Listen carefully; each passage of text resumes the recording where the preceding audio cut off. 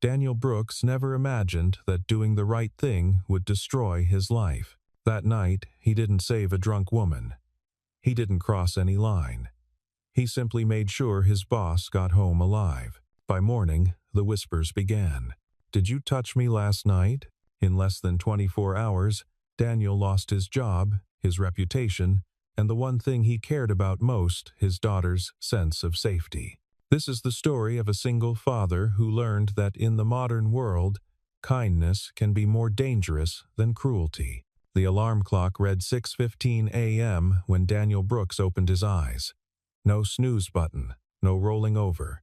Just the immediate, practiced movement of a man who had learned that mornings required precision. The autumn light filtered through the thin curtains, casting pale shadows across the walls of his bedroom walls that still bore the faint outline of where his ex-wife's bookshelf had once stood. He padded down the narrow hallway of their two-bedroom apartment, his bare feet cold against the worn hardwood, past the framed crayon drawings that Mia had made in second grade, a lopsided house with a yellow sun, and two stick figures labeled "Me and Daddy." Past the leak stain on the ceiling he kept meaning to report to the landlord, though he knew from experience it would take 3 calls and 2 weeks before anyone came. The kitchen was small, barely enough room for 2 people to stand side by side, but it was theirs, and that mattered more than square footage. Daniel filled the kettle and set it on the stove, watching the blue flame catch and spread beneath the metal base. The familiar hiss and pop of heating water was oddly comforting. While it heated, he opened the refrigerator and pulled out eggs, bread, and the strawberry jam Mia insisted tasted better than all the others. Though Daniel suspected all strawberry jam tasted exactly the same, he didn't argue. If strawberry jam made mornings easier, he'd buy it every single time. Budget be damned. "Daddy?" He turned. Mia stood in the doorway, her brown hair tangled from sleep, wearing the oversized t-shirt she used as pajamas, a faded blue thing that had once belonged to him, now claimed by her with the absolute authority only an 8-year-old could muster. She was small for her age, with eyes that seemed too serious sometimes, like she was cataloging everything, storing it away for future reference. "Morning, sweetheart. Eggs or cereal?" "Eggs." "Scrambled." She climbed onto the chair at the kitchen table, pulling her knees up to her chest in that way she did when she was thinking about something. "Can I have juice too? Orange or apple?" "Orange. The kind with pulp." Daniel smiled despite himself. 3 months ago, she'd insisted she hated pulp. Last week, she'd announced that orange juice without pulp was basically just sugar water. He had no idea where she'd learned that phrase, but he wasn't about to argue with an 8-year-old's evolving culinary philosophy. He cracked 3 eggs into a bowl and whisked them with a fork, watching the yolks break and swirl into the whites. The routine was automatic now, worn smooth by repetition. 3 years since the divorce, 3 years of figuring out how to be both parents at once, to be the one who made breakfast and checked homework and remembered field trip permission slips and still somehow showed up to work looking like a functioning adult. "Is today your late day?" Mia asked. "Nope." "Home by 6, just like always. Promise?" Daniel looked at her. That question had started appearing about 6 months ago, after he'd been stuck in traffic and arrived home 40 minutes late. She'd been sitting on the front steps of their building, waiting with Mrs. Chen from 3B, who'd agreed to keep an eye out. "I promise," he said. "I'll be there when you get off the bus." He poured the eggs into the pan and watched them cloud and solidify. Mia had begun to hum something, a tune from a show he didn't recognize but had heard 100 times. He let her hum. These mornings were the still point in his turning world. At 7:30, they walked to the bus stop together. Daniel carried her backpack, even though she insisted she was big enough to carry it herself. The October air had a bite to it, the kind that promised winter wasn't far off, and he made a mental note to dig out her winter coat soon. Maybe this weekend, maybe he'd finally get around to fixing that loose button too. The bus stop was at the corner of Maple and 3rd, beneath a streetlight that had been broken for 2 months. 4 other kids waited there, parents standing nearby in various states of morning alertness. Daniel recognized most of them by sight, nodded hellos, occasional small talk about weather or school events, the kind of shallow community that forms when your lives intersect for exactly 8 minutes each weekday morning. "Love you, kiddo," he said when the yellow bus rounded the corner, its brakes squealing slightly as it slowed. "Love you too, Daddy." She hoisted her backpack. He'd let her carry it the last 20 feet, a compromise they'd silently negotiated, and joined the line of kids boarding. She climbed the steps, her small frame briefly silhouetted against the bright interior of the bus. She turned once to wave, found him in the cluster of parents, and smiled. Then she disappeared into the rows of seats, swallowed by the ordinary chaos of children heading to school. Daniel watched the bus pull away, its red lights blinking as it merged back into traffic. Then he checked his watch. If he walked fast, he'd make the 8:05 train. If he jogged, he might even have time to grab a coffee at the station kiosk, though the coffee there tasted like it had been brewed sometime during the previous administration. Northway Consulting occupied 3 floors of a glass tower in the financial district, the kind of building that looked impressive in photographs but felt cold and impersonal when you actually worked there. Daniel had worked there for 4 years as a data analyst, not glamorous, not well paid, but stable. Stability mattered more than ambition now. Stability meant Mia's school fees got paid on time. It meant groceries without checking his account balance first. It meant he could sleep at night without wondering if one unexpected car repair would send everything crashing down. His desk was in an open floor plan with 17 other analysts, a space designed by someone who'd read too many articles about collaboration and not enough about the actual human need for privacy. He said good morning to Janet, who was already 3 cups of coffee deep, and looked it, nodded at Marcus, who was perpetually 15 minutes late and perpetually unconcerned about it, and logged into his computer. By 9 a.m., he was deep in spreadsheets, tracking client engagement metrics that would be compiled into a report no one would read carefully. Numbers that would be formatted into graphs, presented in a meeting, and then filed away in some digital folder that would never be opened again. But it was work. It was steady. It was what paid for strawberry jam and oversized t-shirts and the small apartment with the leak stain he couldn't quite afford to leave. This was his life. Predictable, quiet, safe. He had no idea it would all be gone by tomorrow. The email arrived at 4:47 p.m., just as Daniel was beginning to think about wrapping up for the day. Subject: Team Celebration. Tonight at the Anchor Room. The Kensington deal is done. Mandatory attendance for all team leads and senior analysts. Drinks on the company. 7 p.m. sharp. Daniel stared at the word mandatory and felt his stomach tighten. Mandatory meant he couldn't politely decline. Mandatory meant he had to find childcare on 3 hours' notice. Mandatory meant Mrs. Chen, his neighbor, who was probably already making dinner plans. He texted her anyway, his fingers hovering over the keyboard before he typed, "Any chance you could stay with Mia until 9 tonight?" "Company thing." "We'll pay double," she replied within minutes. "No problem, sweetheart. Go have fun." Fun. Right. The Anchor Room was the kind of place where partners took clients to impress them, exposed brick walls that probably cost more to install than actual brick. Leather booths worn just enough to look distinguished rather than shabby, cocktails that cost $23 and came with elaborate garnishes that no one ate. Daniel arrived at 7 wearing his department store suit.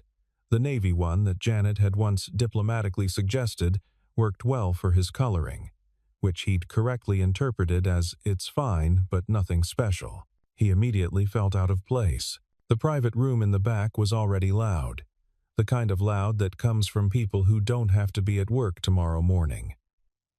30 people, maybe more, clustered around high-top tables. Someone had ordered appetizers that no one was eating small plates of things Daniel couldn't identify, arranged artfully and abandoned. The bar was crowded 3 deep, and the bartender was working with the efficient desperation of someone who'd severely underestimated the evening. Victoria Hale stood near the window, holding court with 3 executives Daniel recognized but had never spoken to. She was the director of Client Strategy 42, impeccable in a charcoal suit, with the kind of presence that made people straighten their posture when she walked past. Daniel had reported to her indirectly for 2 years. He'd spoken to her maybe 5 times, always brief, always professional. She wasn't warm. She didn't do small talk, but she was brilliant. By 8:30, the noise level had doubled. Someone made a toast, then another. Daniel nursed a ginger ale and checked his watch. By 9:15, the crowd had thinned. The executives had left. The senior analysts were getting sloppy, and Victoria Hale was leaning against the bar, her eyes glassy, her carefully maintained composure beginning to crack. Daniel watched from across the room as her assistant, Claire, he thought her name, was tried to convince her to call a car. "I'm fine," Victoria said, too loudly. "Perfectly fine." She wasn't fine. Claire looked around, clearly hoping someone else would step in. No one did. The remaining partners had already slipped out. Marcus and Janet were arguing about sports. The bartender was wiping down glasses and pretending not to notice. Daniel hesitated. This wasn't his problem. He barely knew her. But then Victoria tried to stand and nearly fell. He crossed the room. "Miss Hale, let me call you a car." She blinked at him, trying to focus. "Who are you?" "Daniel Brooks." "Data team." "Data," she repeated, as if the word meant nothing. "I don't need a car. I need." She trailed off, swaying. Claire shot Daniel a grateful look. "Her apartment's 15 minutes away." "Do you have a car?" "I do.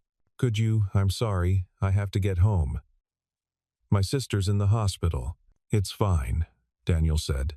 "I'll take her." He regretted it immediately. Daniel's 12-year-old sedan smelled like fast food and children's books. Victoria collapsed into the passenger seat, her head lolling against the window. "Address?" Daniel asked. She mumbled something. He checked her phone locked. He checked her purse, found a wallet, found a driver's license. The address was in Riverside Towers, one of the newer luxury buildings overlooking the water. The drive took 18 minutes. Victoria didn't speak. Twice, Daniel thought she might be sick, but she just breathed heavily and stared at nothing. The lobby of Riverside Towers was all marble and recessed lighting. A security guard looked up from his desk as Daniel half-carried Victoria through the entrance. "Miss Hale all right?" the guard asked. "Company party," Daniel said. "Which floor?" 14. "I can help. I've got her." The elevator ride felt interminable. Victoria's weight sagged against him. She smelled like expensive perfume and whiskey. When the doors opened, he guided her down the hallway to 14C. Her keys were in her purse. It took 3 tries to get the door open. The apartment was exactly what he'd expected. Minimalist furniture, floor-to-ceiling windows, art that probably cost more than his car. He led her to the couch and eased her down. She immediately curled onto her side. Daniel stood there, uncertain. Should he take off her shoes? Find a blanket? Wake her up to make sure she was okay? He compromised. He slipped off her heels and set them beside the couch.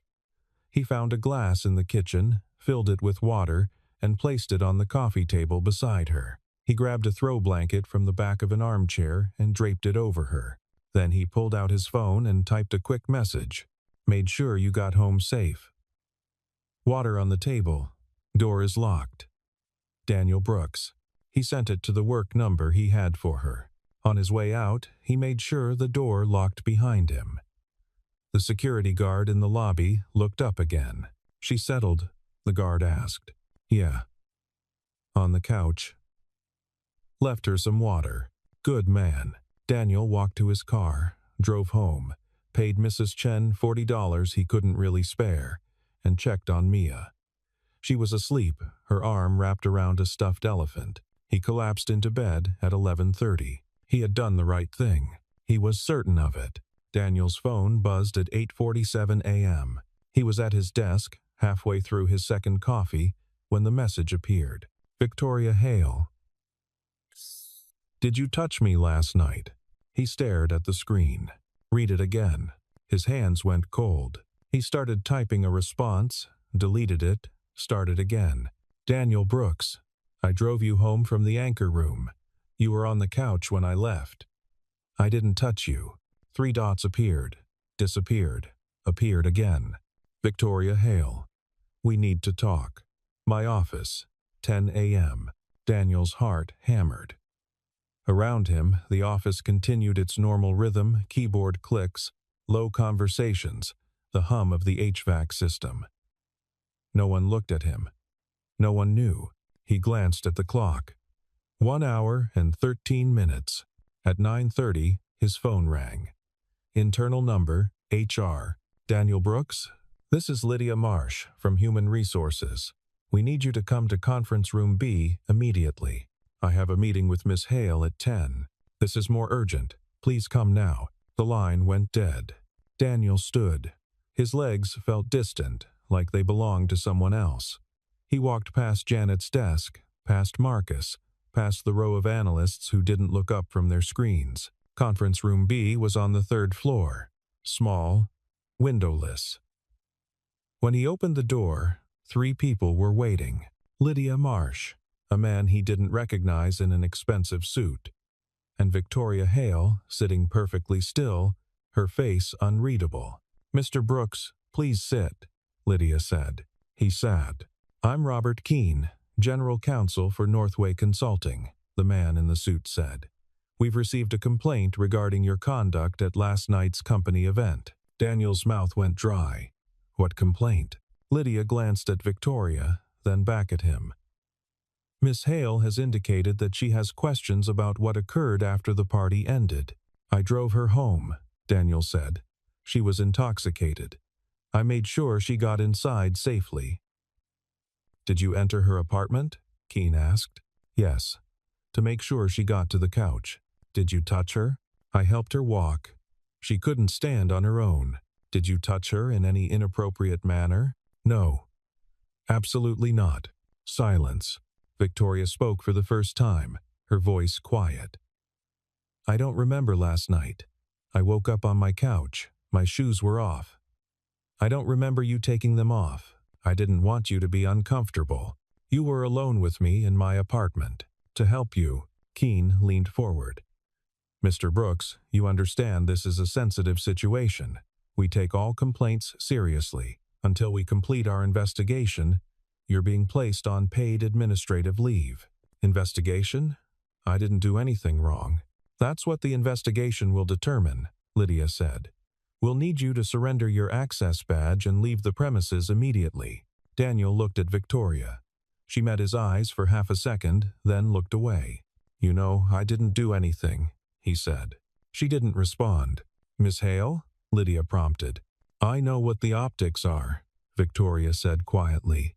And I know what's required. Daniel Brooks became a ghost in his own life within 6 hours. By noon, his work email was deactivated.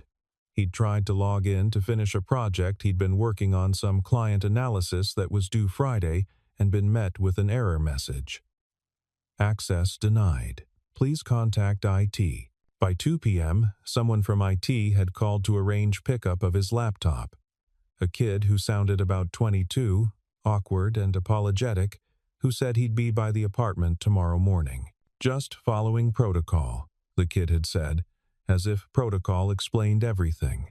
By 5 p.m., the first text message arrived from a colleague. Marcus. Dude, what happened? He didn't respond. What could he say? I helped someone and now I'm being investigated for assault?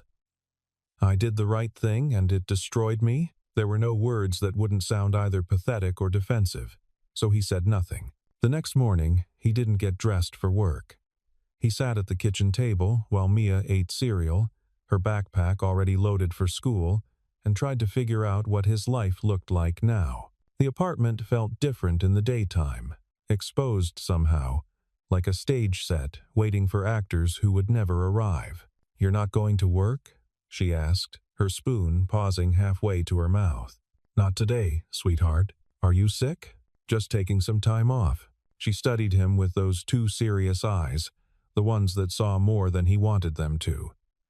"Okay," she said finally, and went back to her cereal.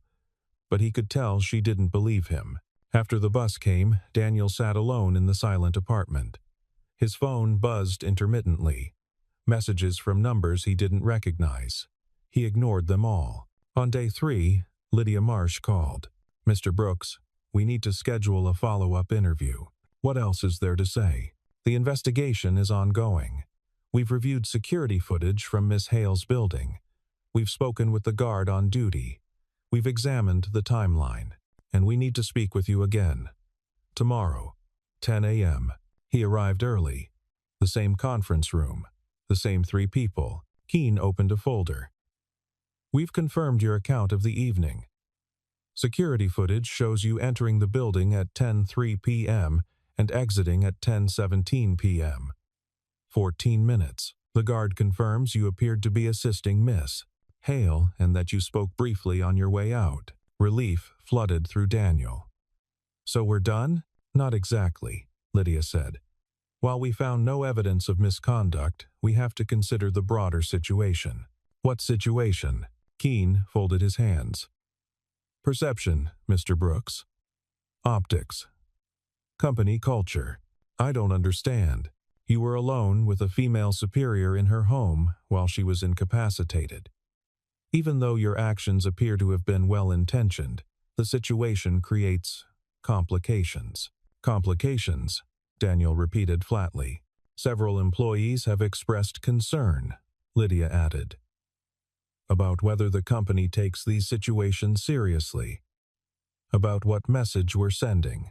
"What message?" "I helped someone who needed help." "We appreciate that," Keene said. "But we have to think about precedent, about liability, about what happens if we restore you to your position and questions remain." Daniel felt the room tilt. "Questions from who?" "From anyone," Lydia said gently.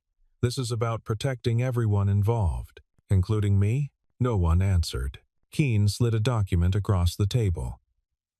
"We're prepared to offer you a severance package. 3-month salary. Neutral reference. You resign effective immediately, and we all move forward. And if I don't sign, then the investigation remains open, pending indefinitely. Which means you remain on unpaid leave. Which means, eventually, we can terminate for cause based on violation of conduct policies." Daniel stared at the paper. 3 months. He had maybe 2 weeks' worth of savings. "I need time to think." "You have until Monday," Keene said. "Mia's teacher called on Thursday." "Mr. Brooks, I wanted to give you a heads up. Some of the other students have been asking Mia questions." Daniel's chest tightened. "What kind of questions?" "About why you're not at work. Whether you did something bad. I've spoken to the children involved, but I thought you should know. That evening, Mia was quieter than usual. She pushed her dinner around her plate and didn't ask to watch television afterward." "What's wrong, sweetheart?" Daniel asked. "Nothing." She looked up. "Caitlin said her mom said you got in trouble. She said you might go to jail." Daniel felt something break inside his chest. "I'm not going to jail. I didn't do anything wrong." "Then why aren't you at work?" "Sometimes grown-ups have disagreements. It's complicated." "Did you hurt somebody?" "No. Never." "Then why does everyone think you did?" He had no answer for her. That night, after she fell asleep, Daniel sat in his car in the parking lot of their building and cried. Not the quiet tears he'd shed after the divorce, but deep, wrenching sobs that came from a place he'd kept locked for years. He had done the right thing. He was certain of it. So why did it feel like punishment? Victoria Hale requested the security footage herself. She sat in her apartment on Saturday morning, laptop open, watching grainy black and white video. The timestamp read 10:03 p.m. The elevator doors opened. She saw herself barely standing, leaning heavily on a man who held her carefully, awkwardly, like she might shatter. Daniel Brooks. The hallway footage showed him supporting her to her door, fumbling with keys, getting the door open. They disappeared inside. She switched to the next file. The hallway again. 10:17 p.m. Daniel emerged alone, pulled the door closed, tested the handle to make sure it locked. He walked to the elevator. Waited. The doors opened. He stepped inside. 14 minutes. Victoria closed the laptop. She remembered nothing from that night. Nothing after the 5th drink, maybe the 6th. She'd woken on her couch, disoriented, her mouth dry, her head pounding. Her shoes had been placed neatly on the floor. A glass of water sat on the coffee table, and a message on her phone from a number she'd had to look up in the company directory. Made sure you got home safe. Water on the table. Door is locked. Daniel Brooks. She'd panicked. The gaps in her memory felt dangerous. She'd called HR before she'd fully thought it through, had said she had concerns about what happened, had used words like uncomfortable and unclear. By the time she'd meant to clarify to say she wasn't making an accusation, just asking questions, the machine had already started moving. Now, Daniel Brooks was gone. His colleagues whispered. His daughter was being harassed at school, and Victoria knew, with absolute certainty, that he had done nothing wrong. She had destroyed a man for being kind to her. The realization sat in her stomach like lead. Sunday night, she drafted an email to HR. Deleted it. Started again. Deleted it again. Monday morning, she walked into Lydia Marsh's office without an appointment. We need to talk about Daniel Brooks. Conference Room B, Tuesday afternoon. No warning. Daniel received a call at 1 p.m.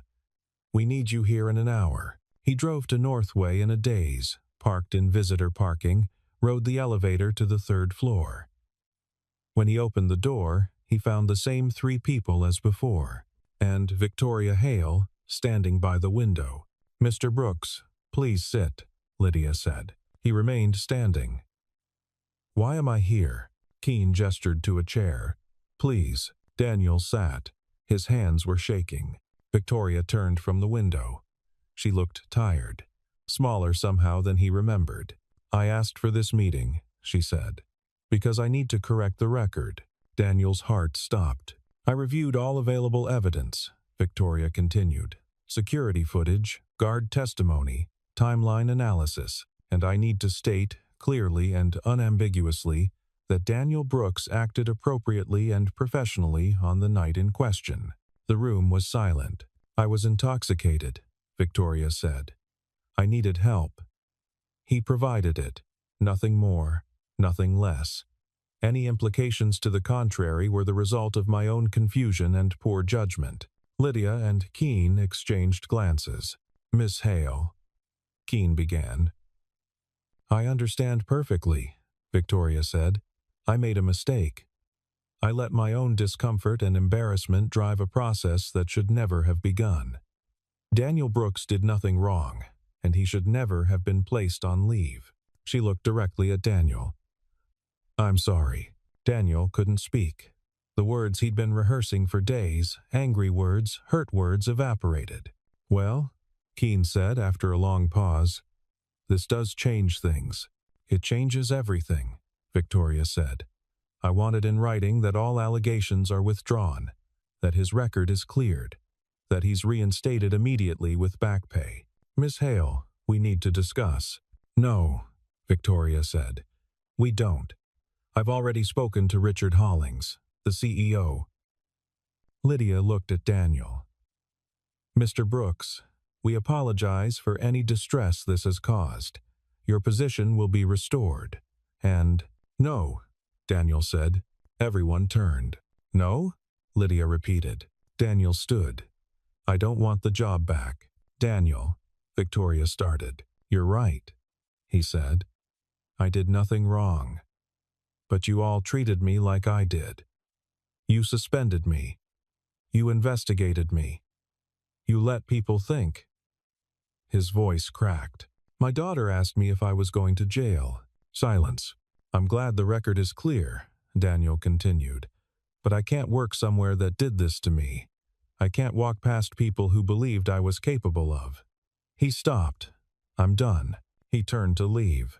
Mr. Brooks, Keene said, you're entitled to the severance package we discussed, and additional compensation for— I'll take the severance, Daniel said. But I'm not signing any NDAs. If anyone asks me what happened, I'm going to tell them. He walked out without looking back. Victoria found him in the parking garage. Daniel, wait, he turned. She stood 10 feet away, her perfect posture slightly diminished. I know sorry isn't enough, she said. You're right. It's not. For what it's worth, I didn't mean for any of this to happen. I was confused. Scared. I made assumptions. You made a phone call, Daniel said. That's all it took. One phone call, and my life fell apart. I know. Do you? Do you know what it's like to watch your kid get bullied because people think you're a predator? Do you know what it's like to lie awake at 3 a.m. wondering if you'll ever work again? Victoria's eyes were wet. No, I don't. I did the right thing, Daniel said. I helped you. And you repaid me by assuming the worst. I did. She was quiet for a long time, because it felt safer to assume the worst than to trust that someone might just be kind. Daniel felt the anger drain out of him, not replaced by forgiveness, just by exhaustion. I hope you figure that out, he said, because that's a terrible way to live.